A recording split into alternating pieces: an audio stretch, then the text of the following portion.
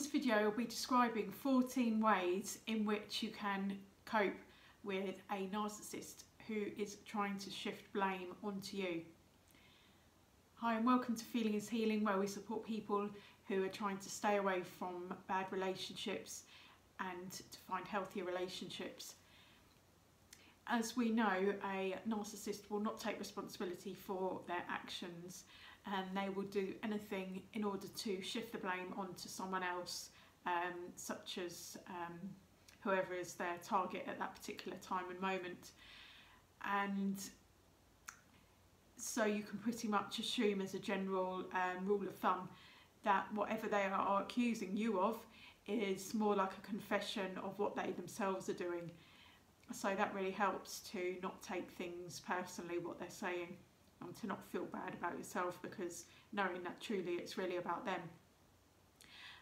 So the first guideline is, number one, is to use as few words as possible and be as low emotion, as less emotional as you possibly can. So it's almost like being boring, and you could even imagine that you're like a statue. And so if you imagine like a statue, it's kind of like made of stone, and it's like almost like saying anything is going to be very tiresome. So really say the least that you can, very few words as possible, and be kind of very still and non-reactive. Number two, remind yourself, not even remind yourself, keep it very clear in your mind what is the point of this discussion. Why are you having to have this discussion? And if you obviously don't have to have it, then don't, because interacting with these people is generally not fun. So generally the point you'll be discussing is something that they have done wrong. So just remind yourself of that, because what they'll be doing is trying all sorts of decoys to distract you and confuse you. And so what you really need to remember is, no, I'm staying on course, this is what we're talking about here. So when they add in decoys, you can kind of just brush them off in your mind, don't even acknowledge them almost. Number three is keep your cards to your chest. So don't play your hand all at once. Don't let them know what information or what you've got on them. Be very kind of just unwrap one thing one by one, and get them to answer each point one by one, because what they'll try and do is they'll try and the key points they won't want to answer. They'll make an excuse or some way of saying, oh, that's can't answer that, or oh, not sure, or but if you ask one thing at a time, they can't avoid it without seeming suspicious or without it highlighting the thing that they've done wrong. And so also, if you do this, you also know that you've always got something else that you can back yourself up with. You've always got the next thing, if they keep on at you, you've got something else that you can play back, and eventually the idea is that they'll realise you're too hard work to manipulate, and they'll find an easier target. So if everyone did this, then it would reduce the amount of narcissism in society, because at the moment a lot of people enable them, and so their behaviour is rewarded, and we've got a big problem with this in society. So you're really benefiting society as a whole in doing this. Number four is detach from their agenda. So they will be they love to be in control and to feel powerful, so they will be trying to control the direction of the interaction. So your job is to just stop when they say something, detach, and you can even just ignore what they say and carry on with what you need to say. And it's just giving yourself permission and the chance to pause and to say to yourself, no, they're the one that's done something wrong. I'm in control here. I decide what happens next. Number five is to take your time, because when they know they've done something wrong and they're needing to brainwash you into thinking you've done something wrong, they'll be wanting to rush, and there'll be this panic. So just take a breather, to take as much time if you can, if it's like a text or an email or something like that, don't respond straight away. Or even if they're trying to call you, don't answer back, call back when you feel like calling back or when you deem it is appropriate to call back. And number 6 is when you have a challenge like this, it can get very disheartening. So one way of reframing that is seeing it as a test of how well you can, your own self-trust, and developing that inner relationship with yourself where you're trusting your intuition, you know what's right and wrong, and you get to decide for yourself your own values and what's right and wrong, because they will be incessantly, and they'll be doing all they can to send you off track and to get you think you're crazy and mad and that your judgment is wrong. So one way of thinking like this is a real challenge, and I'm going to step up to this challenge of trusting myself no matter what. I know I have a deep inner sense of my knowing of what's right and wrong, and I'm not going to let this person manipulate that. So number 7 is get back up. So the narcissist in this situation, this person, is trying to intimidate you, and they'll come out with typical phrases are like, everyone else thinks I'm great, this is the first time I've ever had a problem like this. Hint hint, they're trying to say like, you're obviously the problem because no one else has this problem, only you. Everyone else thinks I'm great, so there must be something very, very wrong with you.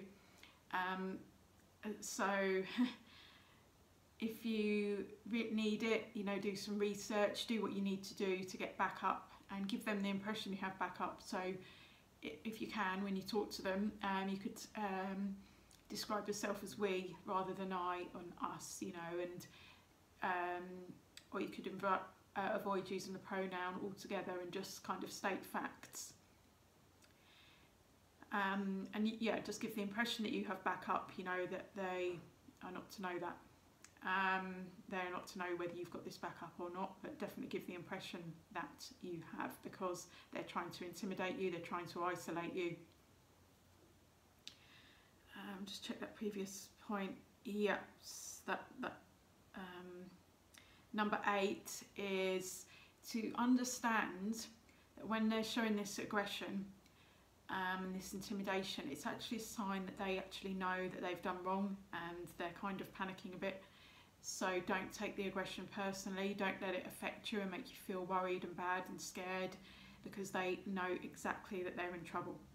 And so use that to your advantage, don't let it frighten you. Of course, always keep yourself safe as well, but just when you to acknowledge that their aggression is a sign that they know they've done wrong, it can help you to know that you are not wrong.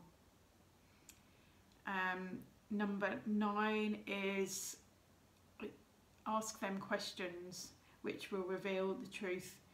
They can't help then but reveal the truth, and this is used as an alternative when you want to accuse them of something, or you want to point out the reality, and they're never going to admit that. And if you kind of accuse them, they're going to get angry and intimidate you more. Whereas if you ask them questions, very straight, matters of fact questions, you'll kind of highlight what they've done wrong, as they can't ask them to describe something, ask them to explain what they've done, and that puts you in the driving seat. Take back your power, don't let them bully you and push you around.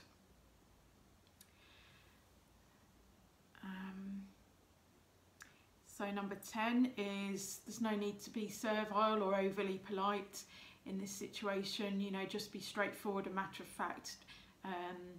You don't need to be sort of rude or anything like that, but the fact is that they've done something bad and they've done something wrong, and they're being aggressive and they're trying to accuse you of it, and you don't owe them anything.